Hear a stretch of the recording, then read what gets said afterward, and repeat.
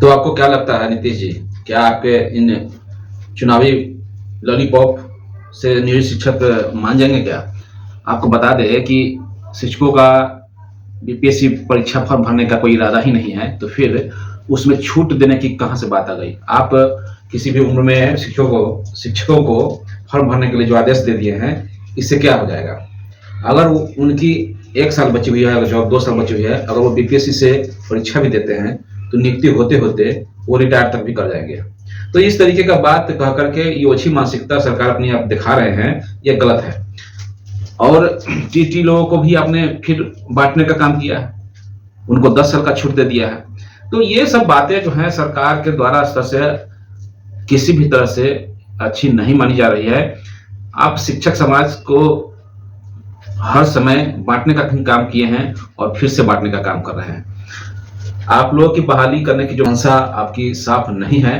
अगर बहाली करनी होती तो फ्रेश बहाली करना होता, क्योंकि आप लोग जो अभ्यर्थी हैं उसके सीटों को नियोजित शिक्षकों के सीटों से भरना चाहते हैं। एक तरफ नियोजित शिक्षक जहां पर हैं कार्यरत, उसी को आप कह रहे हैं कि फिर से फ्रेश बहाली में आ जाइए, और जो नए अभ्यर्थी हैं उनका सीट खा जाइए, उनके सीट को खत्म कर दीजिए।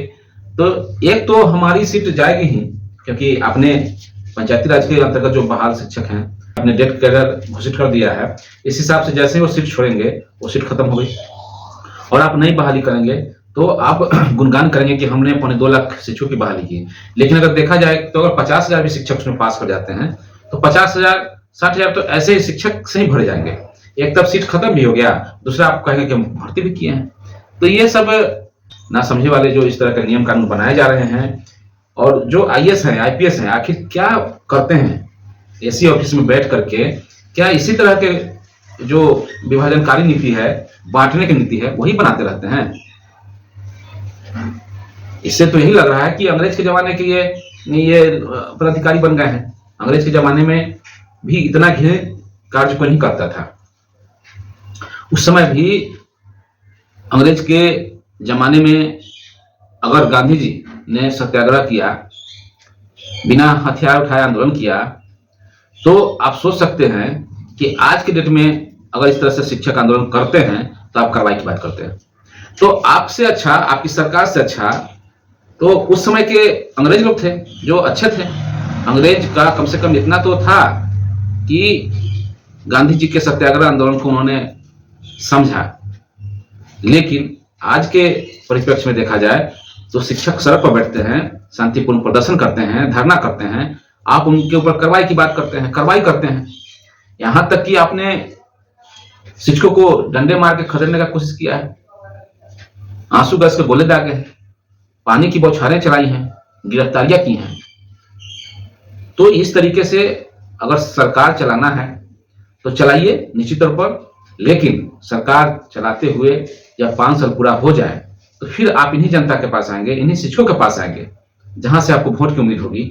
और तब कहां गए तेजस्वी जी जिन्होंने कहा था कि हम 10 लाख रोजगार देंगे, और आज उनके मुंह से एक शब्द भी नहीं फूट रहा है और सत्ता में बैठ के मलाई चाट रहे हैं। इसका मतलब है कि उनको सत्ता प्यारा है, लोगों की समस्या से मतलब नहीं है उनको।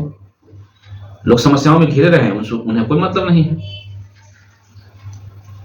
तो ये समय जो भी आप लोगों के पास है, आज न कल ये समय जाने वाला है, और जब सत्ता का गुरूर टूटेगा और जब आप फील्ड में आएंगे और फिर ये कहेंगे कि नीतीश जी नहीं होने दिए, तब उस समय लोग आपसे पूछेंगे।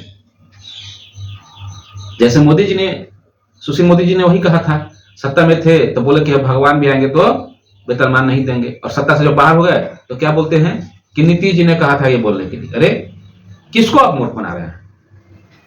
आप किसको मूर्ख बना रहे हैं? शिक्षकों को मूर्ख बना रहे हैं। जो मूर्खों को पढ़ा लिखा करके विद्वान बनाता है, आप उन शिक्षकों को मूर्ख बना रहे हैं। हाँ, शिक्षक कुछ हद तक अपनी गलतियां कर रहे हैं। वो गलतियां यह है कि सभी शिक्षक एकजुटता में नहीं है, अलग अलग संगठनों में, अलग अलग मोर्चा में बंट चुके हुए हैं। ये और बात है। बुद्धिजीवी लोग थोड़ा सा अपने हिसाब से सोचते हैं, इस वजह से वो लोग अलग अलग हैं, ये मानते हैं। लेकिन आप उन्हें मूर्ख समझने की भूल न करें।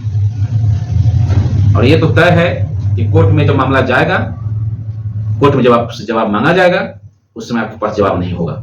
शिक्षा विभाग की खबरों में बस इतना ही। ऐसे ही वीडियो पाने के लिए संजीव समीर लाइव को सब्सक्राइब कर लें और कमेंट के माध्यम से फीडबैक जरूर दें। साथ ही साथ वीडियो को लाइक और शेयर करना न भूलें। धन्यवाद। जय हिंद, जय भारत।